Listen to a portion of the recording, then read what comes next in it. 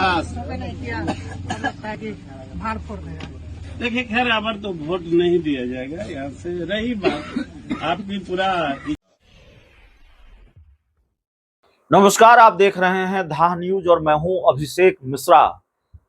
देखिए, पवन सिंह भोजपुरी के सुपरस्टार, उन्होंने काराकाट लोकसभा सीट से चुनाव लड़ने का ऐलान किया है।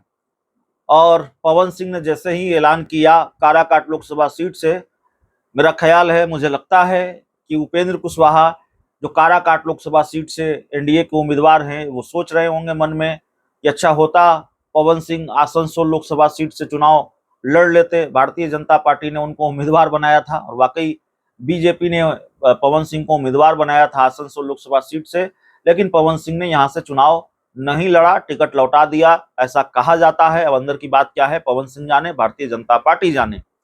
लेकिन पवन सिंह ने कुछ दिनों तक चुप्पी साधे रखी। कयास लगते रहे कि वो आरा लोकसभा सीट से चुनाव लड़ेंगे, बक्सर से चुनाव लड़ेंगे, लेकिन आखिरकार पवन सिंह ने ये ऐलान किया 3-4 दिन पहले, देखिए मैं अपनी मां से वादा जो किया है हमने उसको पूरा करेंगे और मां से किया हुआ वादा मेरे लिए सर्वोपरि है और मैं काराकाट लोकसभा सीट से चुनाव लड़ूंगा। काराकाट लोकसभा सीट से उपेंद्र कुशवाहा एनडीए के उम्मीदवार हैं। राष्ट्रीय लोक मोर्चा जो उनकी पार्टी है उसके टिकट पर वो चुनाव लड़ रहे हैं और वो एनडीए का हिस्सा हैं। कहने के लिए उपेंद्र कुशवाहा के लिए बहुत मुश्किल नहीं थी पवन सिंह के ऐलान से पहले।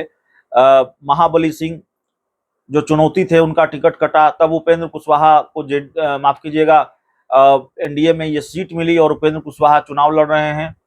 तो वाम दल के सीपीआई-एमएल के उम्मीदवार से उनका मुकाबला है और उपेंद्र कुशवाहा के लिए लड़ाई अभी तक मुश्किल नजर नहीं आ रही थी। लग रहा था कि उपेंद्र कुशवाहा ये सीट जीत लेंगे, लेकिन पवन सिंह के मैदान में आ जाने से उपेंद्र कुशवाहा की मुश्किल बढ़ गई है। पवन सिंह एक सशक्त उम्मीदवार के तौर पर साबित हो सकते हैं और कांटे की लड़ाई अब हो गई है, त्रिकोणीय लड़ाई कह लें या कांटे की लड़ाई कह लें, लेकिन उपेंद्र कुशवाहा के लिए पवन सिंह बड़ी चुनौती हैं सीपीआई-एमएल के उम्मीदवार के मुकाबले।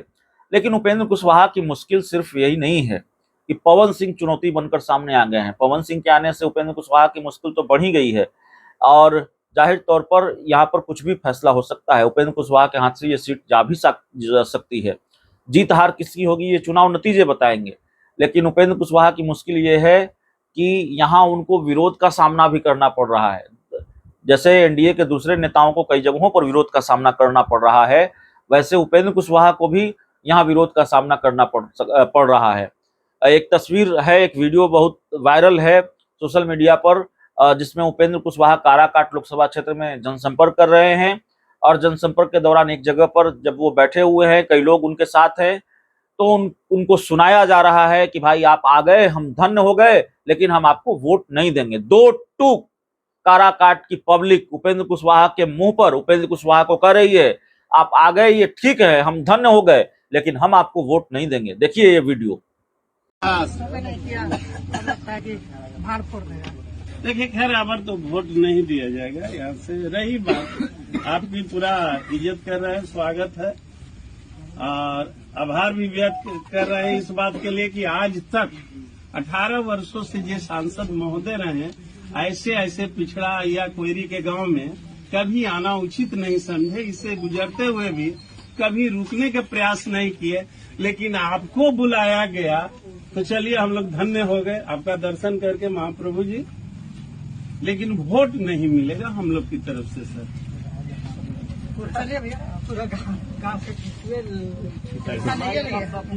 ठीका थोड़ी लिया, कोई से पूछिए, हम लोग के बीच के है ना, कोई भी वोट देने में तैयार ही नहीं है। अच्छा चला जाए भारत पर की संगत इज्जत पूर्वक बात कर, कौन बड़ी बात कर रहे हैं। राय न लेने आए हैं, आप क्या बात है। चला जाए ठीक है।